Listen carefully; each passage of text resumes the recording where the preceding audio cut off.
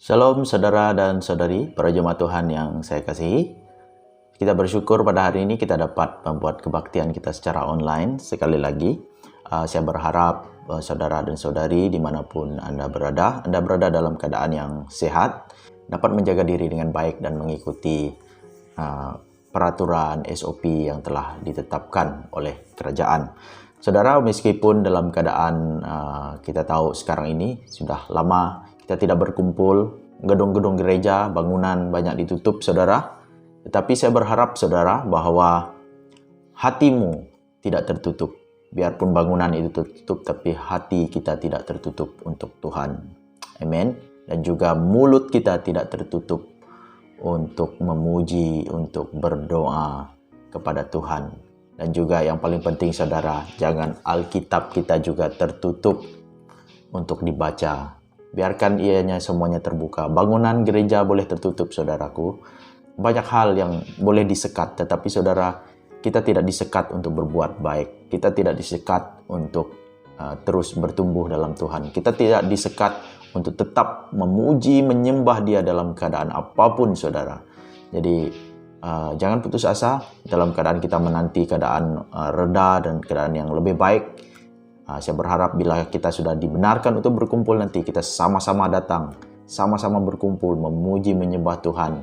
Ramai-ramai kita berkumpul bersama. Dan saya percaya itu adalah satu sukacita yang sangat besar bila kita dapat berkumpul bersama seperti itu. Tetapi untuk sementara waktu ini, biarlah kita terus menjaga diri, kita mengikuti saranan daripada kerajaan. Dan yang paling penting yang saya katakan tadi, jangan hati kita tertutup, jangan Alkitab kita tertutup, jangan mulut kita tertutup untuk terus menyembah Dia. Haleluya, amin. Jadi hari ini saya akan menyampaikan firman Tuhan. Saya akan mengajar daripada satu surat, yaitu surat Filipi. Jadi kita sudah melihat di Filipi pasal yang pertama. Saya sudah membahaskan daripada ayat 27 hingga 30. Jadi hari ini kita akan masuk kepada Filipi pasal yang kedua. Dan hari ini saya akan mengambil daripada ayat yang pertama sampai ayat yang ke-11. Saya akan bacakan untuk kita. Filipi pasal yang kedua ayat yang pertama hingga 11. Bunyinya begini. Jadi karena dalam Kristus ada nasihat, ada penghiburan kasih, ada persekutuan roh, ada kasih mesra, dan belas kasihan. Karena itu sempurnakanlah sukacitaku dengan ini. Hendaklah kamu sehati sefikir, dalam satu kasih, satu jiwa, satu tujuan, dengan tidak mencari kepentingan sendiri atau puji-pujian yang sia-sia.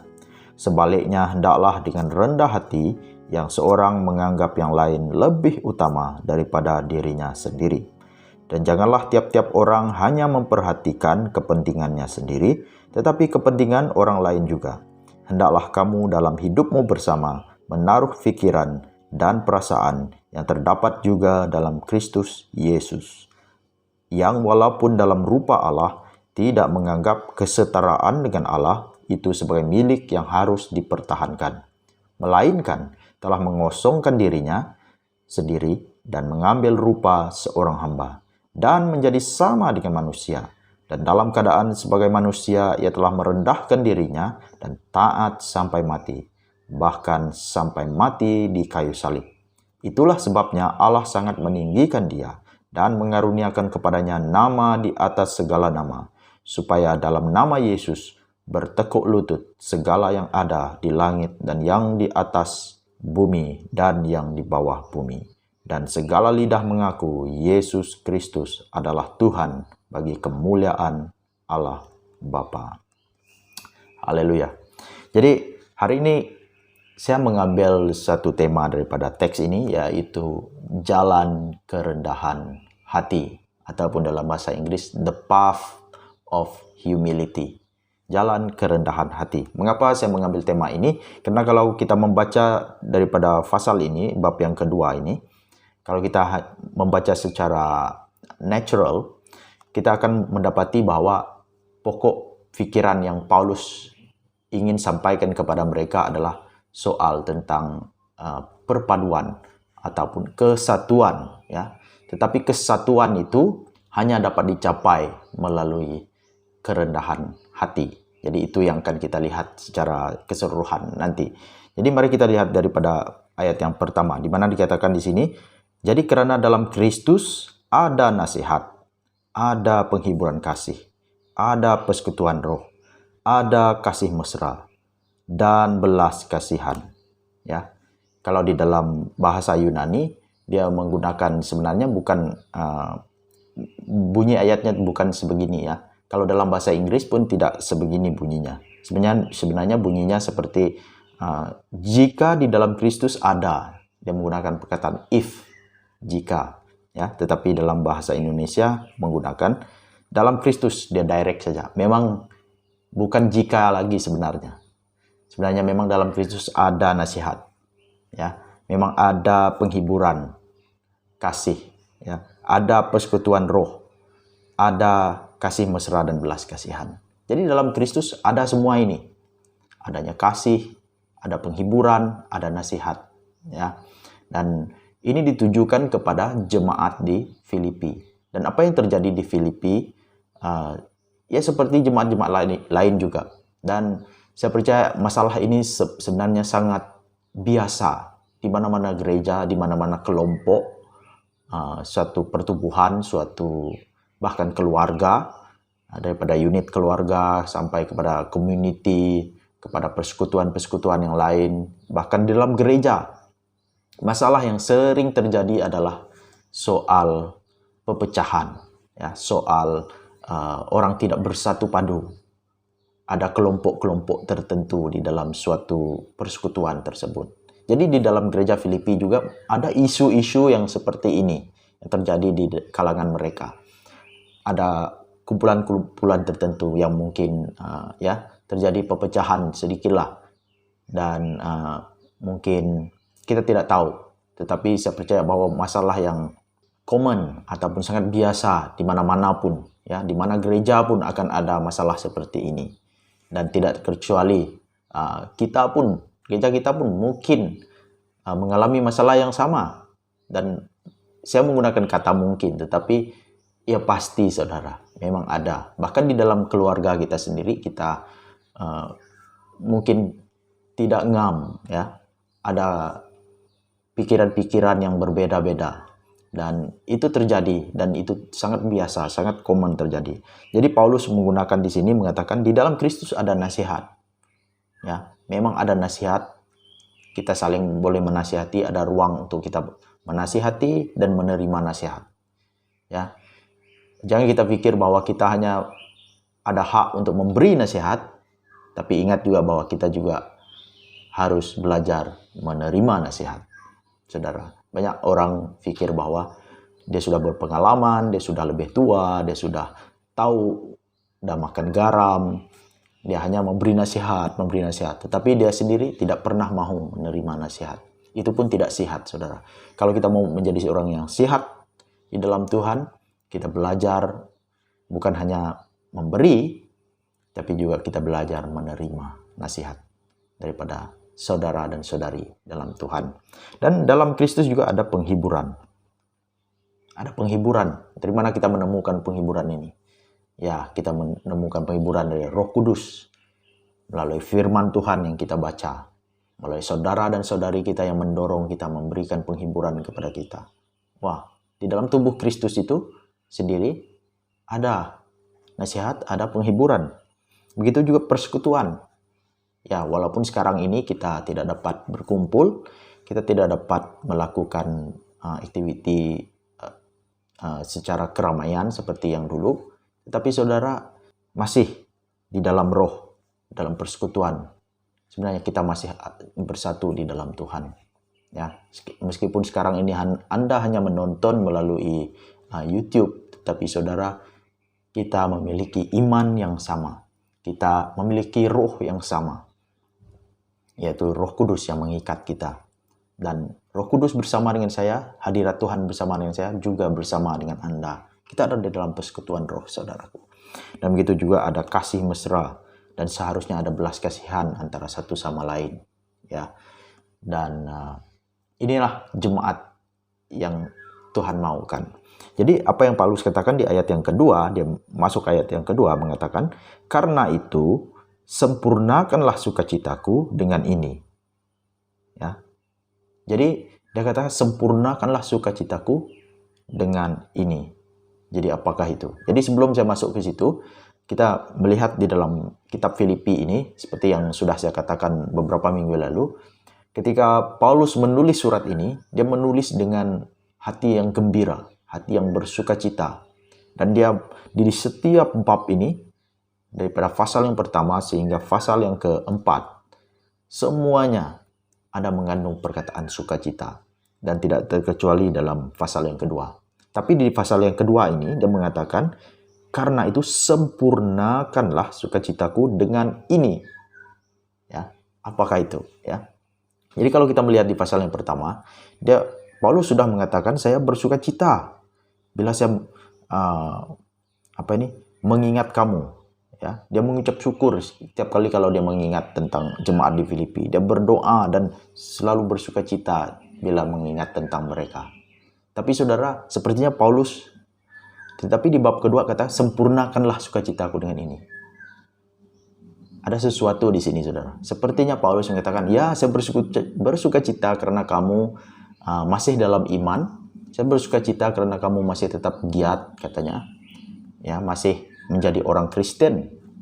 Tetapi yang buatkan saya lebih bersukacita lagi, lebih menyempurnakan sukacita saya adalah ini. Apakah itu? Seterusnya kita baca, hendaklah kamu sehati sepikir dalam satu kasih, satu jiwa, satu tujuan. Jadi apa yang menyempurnakan sukacita Paulus? Ya, bukan hanya mereka berada dalam iman, ya mereka pergi kebaktian selalu, tetapi yang paling penting adalah bukan soal kehadiran saja saudara, tetapi soal hati kesatuan mereka, perpaduan di antara mereka. Jadi itu yang membuat Paulus lebih bersukacita, sempurna di dalam sukacitanya. Jadi ini yang Paulus katakan kepada jemaat Filipi, supaya mereka sehati sepikir dalam satu kasih, satu jiwa, satu tujuan. Jadi saudara, apapun jemaat, kepada gereja kita contohnya, kita juga perlu bersatu. Kita juga perlu sehati sepikir. Tidak cukup hanya kita datang hadir ke kebaktian. Ya, semua orang boleh. Kita boleh hadir ke kebaktian, tetapi hati kita jauh. Tidak bersatu dengan saudara dan saudari kita di sebelah, di sekeliling kita. Ini terjadi, saudara. Dan itu suatu yang tidak elok sebenarnya. Dan sebab itulah Paulus mengatakan, sempurnakanlah sukacitaku dengan ini. Ya, itu memang baik kalau kita tetap di dalam iman sampai kita menghembuskan nafas kita yang terakhir, itu baik. Tapi saudara, alangkah indahnya, kata seperti dalam Mazmur mengatakan, alangkah indahnya, betapa indahnya kalau kita hidup dalam rukun, dalam damai, dalam satu padu, tidak terbahagi-bahagi, berkelompok-kelompok, saling menyerang, saling menggigit satu sama lain. Saudara, kesatuan itu sangat penting, saudara. Dalam keluarga, kesatuan itu penting.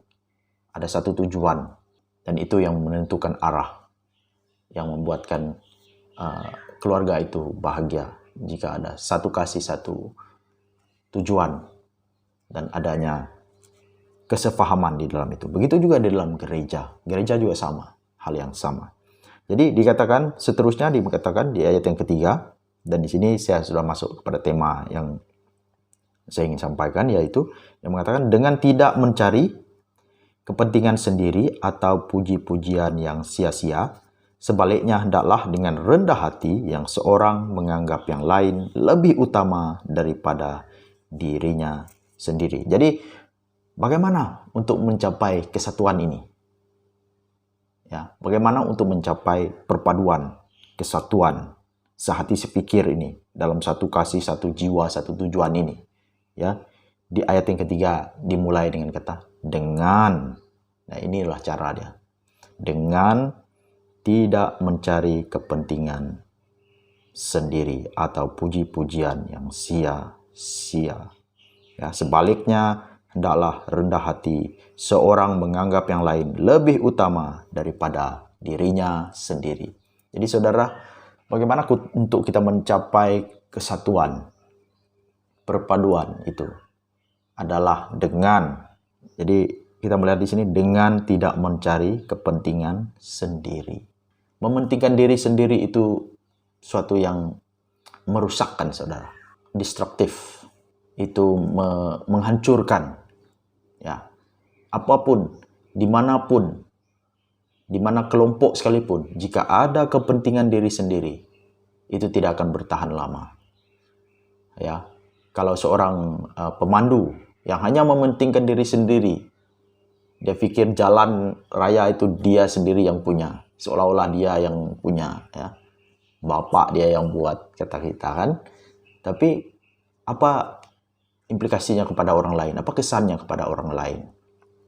Ia mungkin akan membahayakan orang lain karena cara pemanduan yang hanya mementingkan diri sendiri. Ya, itu satu contoh. Kalau dalam keluarga, kalau ibu bapak yang hanya mementingkan diri mereka tapi mengabaikan anak-anak, apa akan terjadi? Kita semua tahu, kan? Dan bagaimana dalam gereja? Kalau ada orang mementingkan diri sendiri, kalau pastor mementingkan diri sendiri, bagaimana? Kalau jemaat ataupun pemimpin mementingkan diri sendiri, apa terjadi? Kalau mana-mana orang di dalam jemaat itu hanya mementingkan diri sendiri, pastinya akan terjadi huru-hara, saudara. Maka mementingkan diri sendiri ini suatu yang menghancurkan sebenarnya. Ya, bukan suatu yang baik untuk mana-mana, ya, kecuali kalau kita hidup sendirian. Tetapi Tuhan tidak menciptakan kita untuk hidup sendirian. Kita diciptakan untuk hidup berhubungan dengan orang lain. Paling tidak kita berhubungan dengan satu orang di dunia ini, ya. Dan walaupun berhubungan dengan satu orang menjadikan kita dua, pun akan hancur kalau kita hanya mementingkan diri sendiri, saudara. Jadi mementingkan diri sendiri ini adalah akar dari segala yang lain. Kita melihat bagaimana dosa masuk ke dalam dunia. Karena Adam dan Hawa hanya memikirkan diri mereka. Mereka memikirkan untuk kepentingan mereka. Mereka mau juga seperti Tuhan. Mereka mau juga untuk tahu yang baik dan yang jahat. Jadi mementingkan diri sendiri ini suatu yang sangat bahaya. Jadi dikatakan di ayat yang seterusnya mengatakan sebaliknya. Jadi apakah bila dikatakan sebaliknya, maksudnya kata lawan daripada mementingkan diri lawannya, sebaliknya, ataupun the opposite adalah kerendahan hati. Jadi ini yang saya katakan tadi, jalan kerendahan hati. Dan janganlah tiap-tiap orang hanya memperhatikan kepentingannya sendiri, tetapi kepentingan orang lain juga. Jadi bagaimana rendah hati ini dibuat, saudara? Kerendahan hati ini terbukti bila kita melihat keperluan orang lain juga, kepentingan orang lain juga. Kita tidak melihat diri kita yang saja penting, ya. Untuk saya, semuanya saya. Tapi kita melihat orang lain juga mempunyai bagian di dalam gereja. Orang lain juga mempunyai bagian di dalam keluarga. Ada peranan mereka masing-masing. Jadi ini yang dikatakan oleh Paulus di sini. Dan seterusnya di ayat yang kelima. Jadi di ayat yang kelima sampai ayat yang ke-8, di sini adalah Paulus memberikan suatu model, ya, satu contoh teladan yang boleh dicontohi untuk kerendahan hati. Kalau kita nak mencontohi kerendahan hati yang tidak mementingkan diri, siapa yang patut kita contoh? Jadi Paulus memberikan daripada ayat 5 sampai ayat yang ke-8. Yaitu siapa? Yaitu Yesus Kristus. Jadi Yesus sebagai model kita, saudara. Paulus selalu mengambil solusi ataupun jalan penyelesaian. Selalu melihat kepada Yesus. Kalau dia mau mengajarkan tentang kasih antara suami istri, dia mengajar bagaimana? Dia kata, hai suami, kasihilah istrimu seperti Yesus mengasihi jemaat dan memberikan dirinya. Demikian, ya. Dan dia kata, Hai istri, bagaimana istri tunduk kepada suami dia? Tunduklah kepada suamimu seperti kepada Kristus. Jadi Paulus melihat dari berbagai segi kehidupan, hal gereja, hal keluarga. Paulus melihat bahwa Yesuslah sebagai model kita. Jadi dalam hal merendahkan diri, hal tidak mementingkan diri sendiri, juga Paulus mengarah jemaat supaya melihat kepada Yesus Kristus. Jadi bagaimana Yesus menunjukkan kerendahan hati? Kita melihat di ayat yang kelima, dengan dia berkata, hendaklah kamu dalam hidupmu bersama menaruh pikiran dan perasaan yang terdapat juga dalam Kristus Yesus. Jadi ini yang pertama, yang walaupun dalam rupa Allah, tidak menganggap kesetaraan dengan Allah itu sebagai milik yang harus dipertahankan, melainkan telah mengosongkan dirinya sendiri, mengambil rupa seorang hamba dan menjadi sama dengan manusia. Dan dalam keadaan sebagai manusia, ia telah merendahkan dirinya dan taat sampai mati, bahkan sampai mati di kayu salib. Jadi ini yang Paulus jadikan sebagai model. Dia kata, lihatlah kepada Yesus. Yesus tidak mementingkan diri sendiri. Kalau Yesus mementingkan diri sendiri, saudara, apa yang terjadi kepada kita? Tiada manusia yang diselamatkan. Tiada tebusan yang layak. Binatang tidak cukup untuk menebus manusia. Itu hanya gambaran daripada perjanjian lama, tapi tidak dapat menebus manusia secara utuhnya. Jadi, Yesus adalah model kerendahan hati. Kalau kita mau belajar pasal kerendahan hati, kita belajar dari Yesus. Kalau kita mau belajar saling memaafkan, kita belajar dari Yesus. Belajar mengampuni orang lain, kita belajar dari Yesus. Kalau kita mau belajar mengasihi musuh kita, kita belajar dari Yesus. Karena Yesus yang mengajarkan, kasihilah musuhmu, ya, dan berdoalah bagi mereka yang menganiaya kamu. Kita belajar dari Yesus. Cara Yesus sangat terbalik daripada dunia ini, saudara. Ya. Orang dunia mementingkan yang besar, yang di hadapan, yang pertama. Tapi Yesus katakan, yang terakhir akan menjadi yang terdahulu. Yang terdahulu yang menjadi yang terakhir. Yang mengatakan yang kecil itu akan diangkat, ya, menjadi besar. Ya, siapa di antara kamu yang mau menjadi besar? Dia harus menjadi hamba, harus menjadi yang terkecil di antaramu. Terbalikkan, saudara. Jadi kita mau belajar dari Yesus. Bagaimana tidak mementingkan diri sendiri. Ya, kita belajar daripada Yesus yang memberikan dirinya menjadi manusia. Dikatakan di ayat yang ke-6 ini, ayat ke-7, dia mengosongkan dirinya. Dia sebenarnya adalah Allah. Dia adalah Tuhan.